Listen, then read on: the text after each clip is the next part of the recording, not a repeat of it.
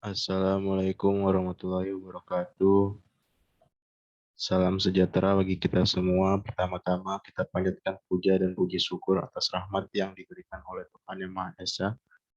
Pada kesempatan kali ini, izinkan saya, Alvin Martinirwan dengan NPM CA 19 111 0480 untuk memaparkan materi presentasi yang bertema pembangunan era Orde Lama, era Orde Baru, hingga era Reformasi. Sebelumnya, saya memaparkan materi saya ingin mengucapkan terima kasih kepada Ibu Suprapti Widiasi, SEMA, selaku dosen mata kuliah Administrasi Pembangunan yang sudah memberikan kesempatan kepada saya untuk menjabarkan materi presentasi kali ini. Baiklah, saya akan memulai presentasi kali ini.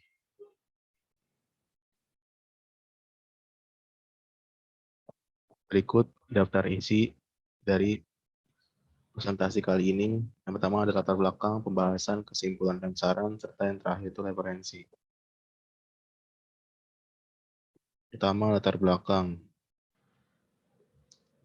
Selama hampir 76 tahun sebagai bangsa merdeka, kita dihadapkan pada panggung sejarah perpolitikan dan ketatanegaraan dengan dekorasi setting aktor maupun cerita yang berbeda-beda. Setiap pentas sejarah cenderung bersifat eksklusif dan stereotip. Karena kekasannya tersebut, maka kepada setiap pentas sejarah yang terjadi dilekatkan suatu atribut demarkatif seperti Orde Lama, Orde Baru, dan kini Orde Reformasi. Karena eksklusivitas tersebut, maka sering terjadi pandangan dan pemikiran yang bersifat apologetik dan keliru bahwa masing-masing orden merefleksikan tatanan perpolitikan dan ketatanegaraan yang sama sekali berbeda dari orde sebelumnya dan tidak ada kaitan historis sama sekali. Orde Baru lahir karena adanya Orde Lama, dan Orde Baru sendiri haruslah diyakini sebagai sebuah panorama bagi kemunculan Orde Reformasi. Demikian juga setelah Orde Reformasi, pastilah akan berkembang pentas sejarah perpolitikan dan ketatanegaraan lainnya dengan setting dan cerita yang mungkin pula tidak sama. Dari perspektif ini, maka dapat dikatakan bahwa Orde Lama telah memberikan landasan kebangsaan bagi perkembangan bangsa Indonesia. Sementara itu, Orde Baru telah banyak memberikan pertumbuhan wacana normatif bagi pemantapan ideologi nasional, terutama melalui konvergensi nilai-nilai budaya sosial budaya Orde Reformasi sendiri, walaupun dapat dikatakan masih dalam proses pencarian bentuk, namun telah menancapkan suatu tekad yang berguna bagi penumbuhan nilai demokrasi dan keadilan melalui upaya penegakan supremasi hukum dan HAM. Nilai-nilai tersebut akan terus dijustifikasi dan diadaptasikan dengan dinamika yang terjadi. Ini merupakan suatu quotes dari Muhammad Hatta. Kita masih terus berjuang menjadi tuan rumah di negeri sendiri. Tanyakan pada diri, apa yang sudah saya berikan untuk bangsa ini. Selanjutnya juga ada quotes dari Insinyur Soekarno, Presiden pertama Republik Indonesia. 1000 orang tua bisa bermimpi, 1 orang pemuda bisa mengubah dunia. Yang kedua, pembahasan. Pemerintah Orde Lama, pemerintah era Orde Lama. Masa pemerintahan Indonesia Orde Lama berjalan sekitar 23 tahun, yaitu dari tahun 1945 sampai 1968 di bawah kepemimpinan Sang Proklamator Presiden Soekarno. Penyebutan Orde Lama merupakan istilah yang diciptakan di bawah rezim Soeharto, yaitu masa Orde Baru.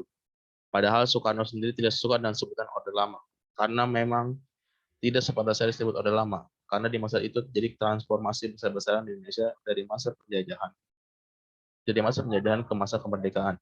Dan Soekarno pun lebih suka dengan istilah Orde Revolusi daripada Orde Lama.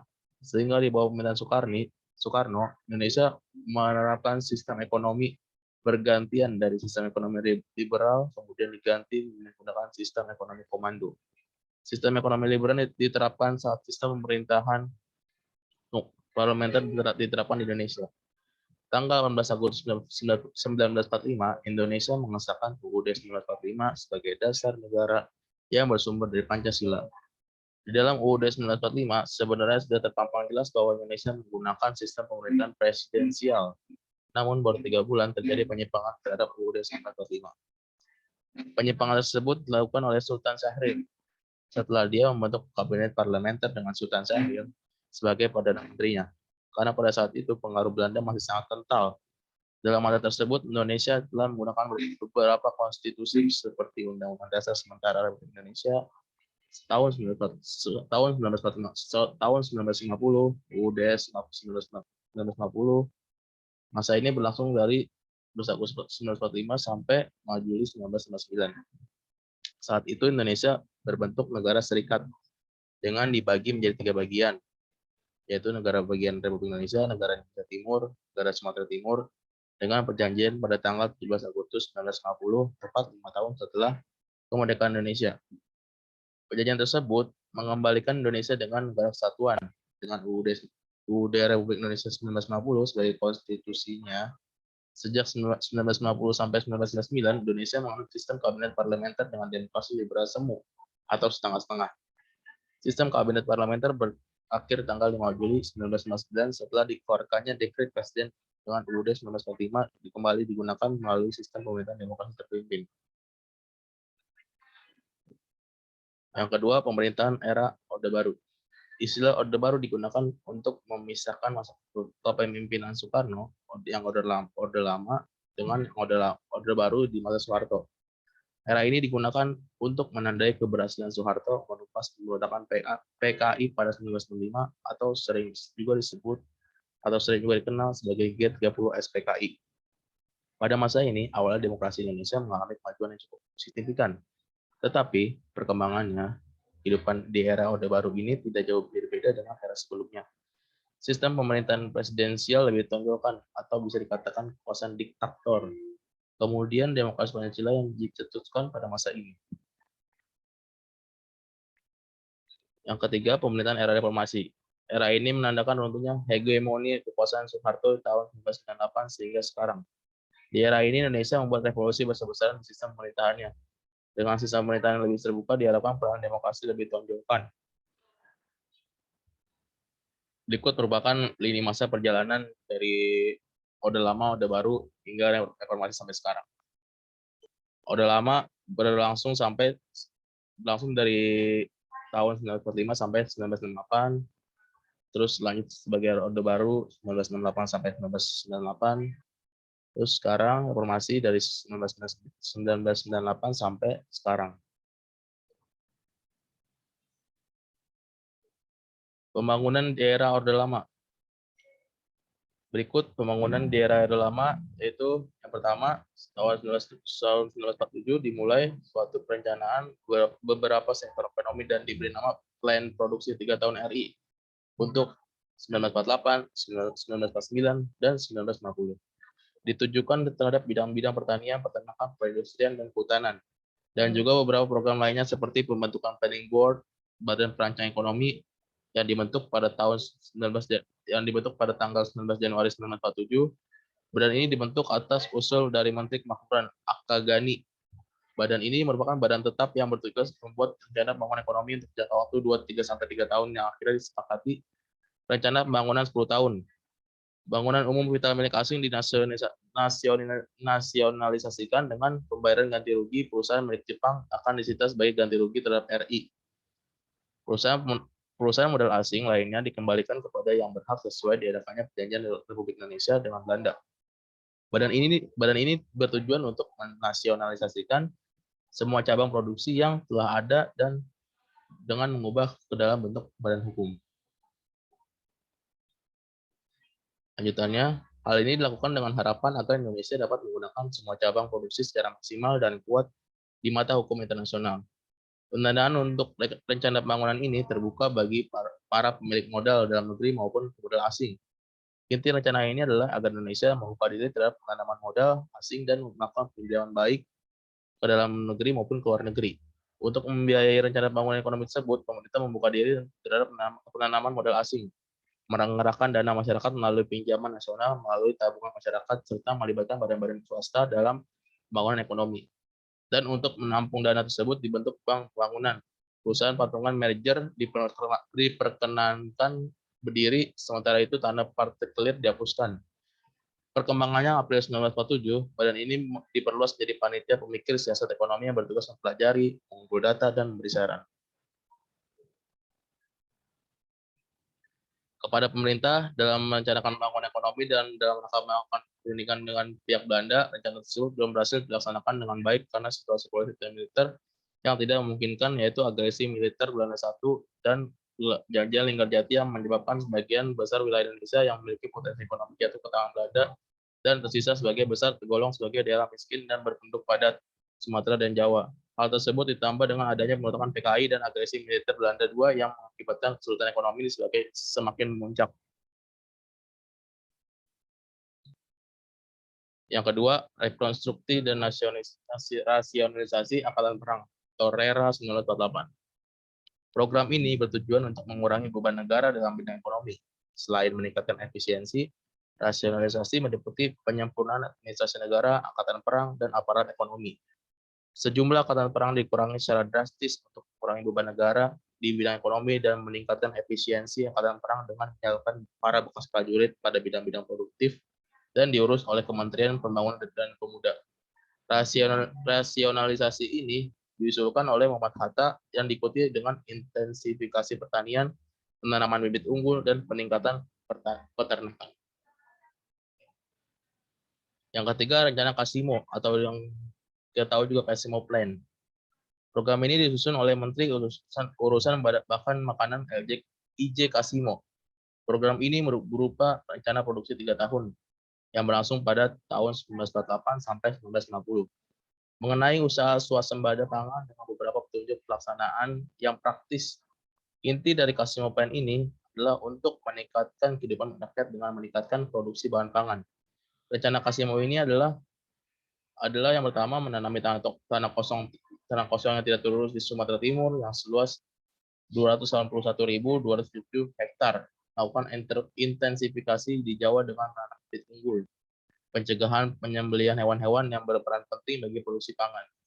Dan juga di setiap desa dibentuk-bentuk kebun bibit.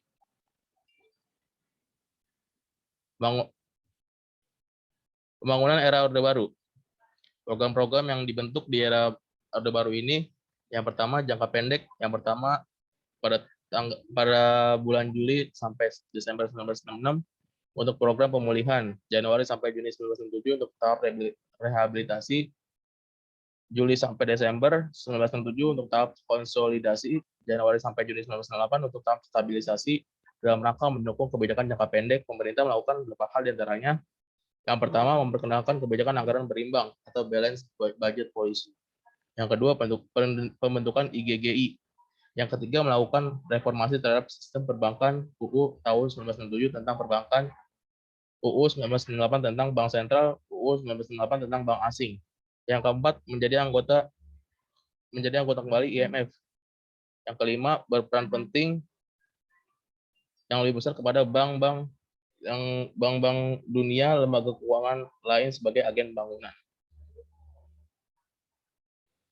Skala prioritasnya.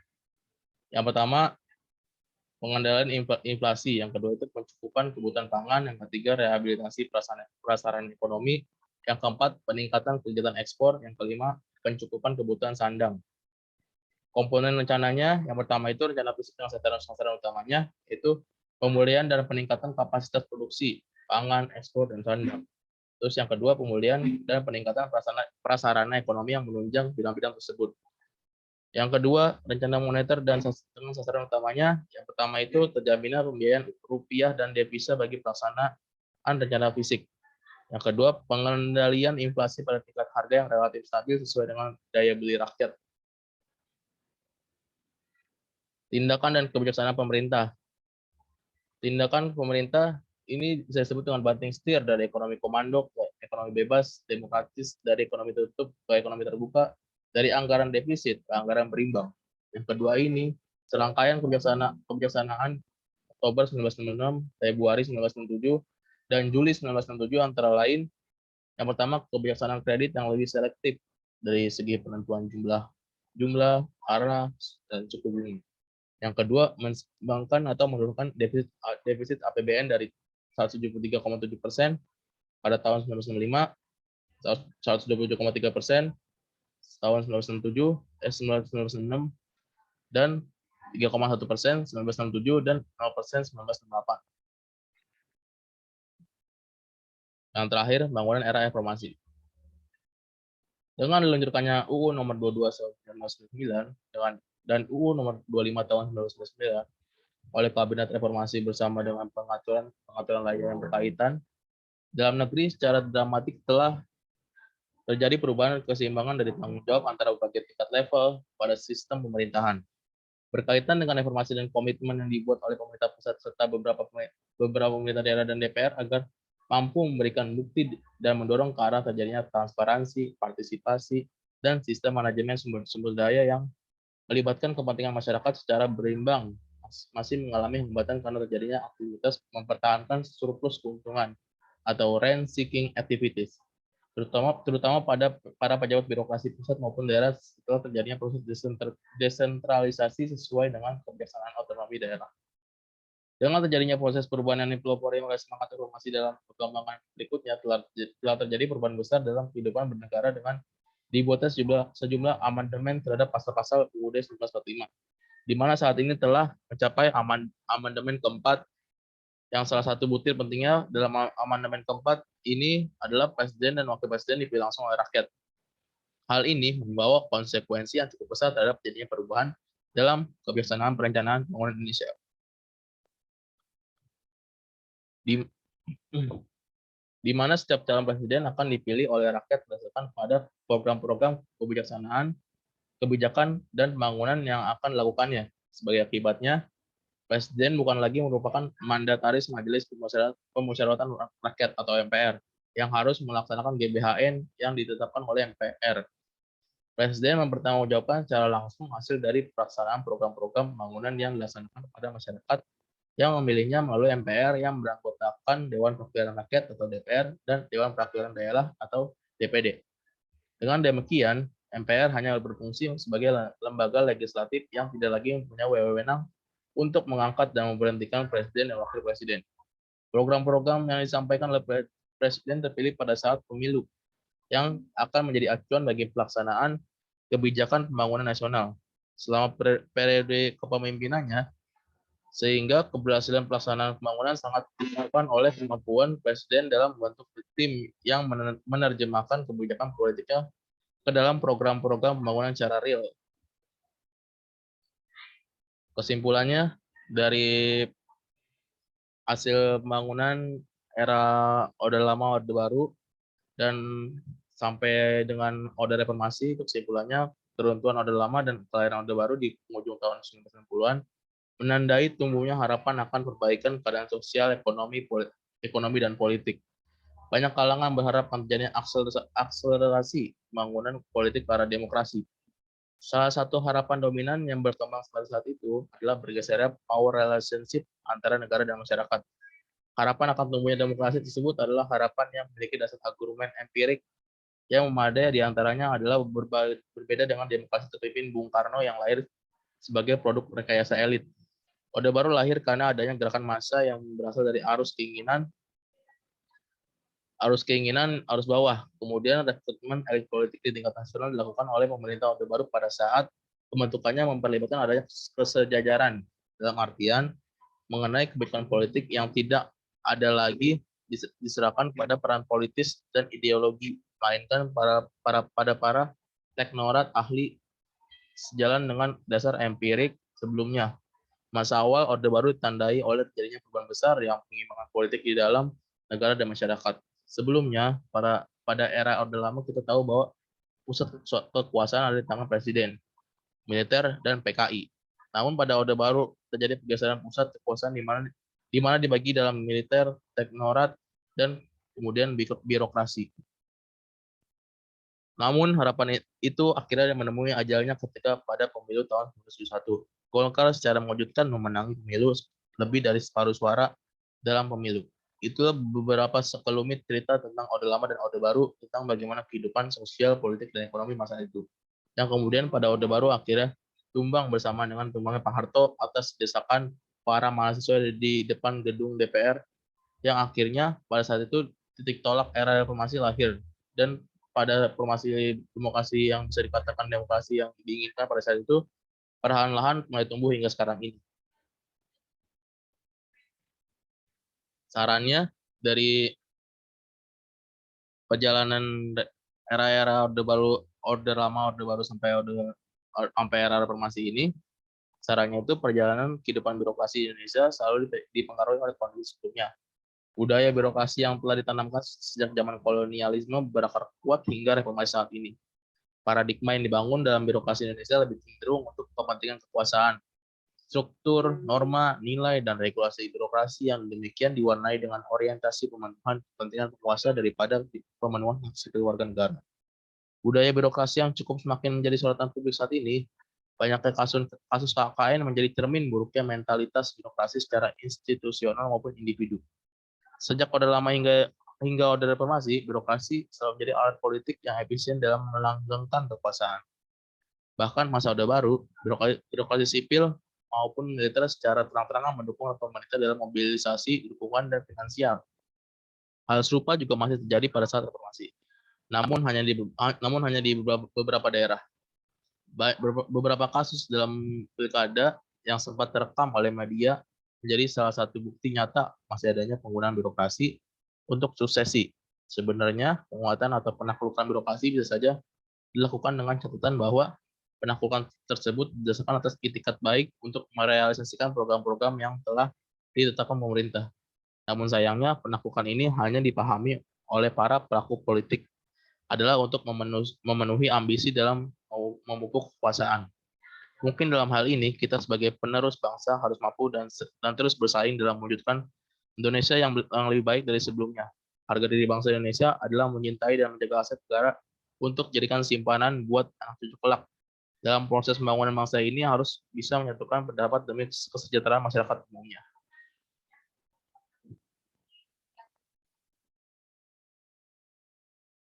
Ini merupakan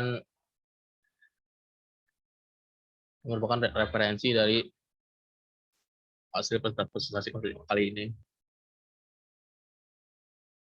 dari jurnal-jurnal dan segala website. Terima kasih dan sekian presentasi saya kali ini. Kurang lebihnya mohon maaf. Wassalamualaikum warahmatullahi wabarakatuh.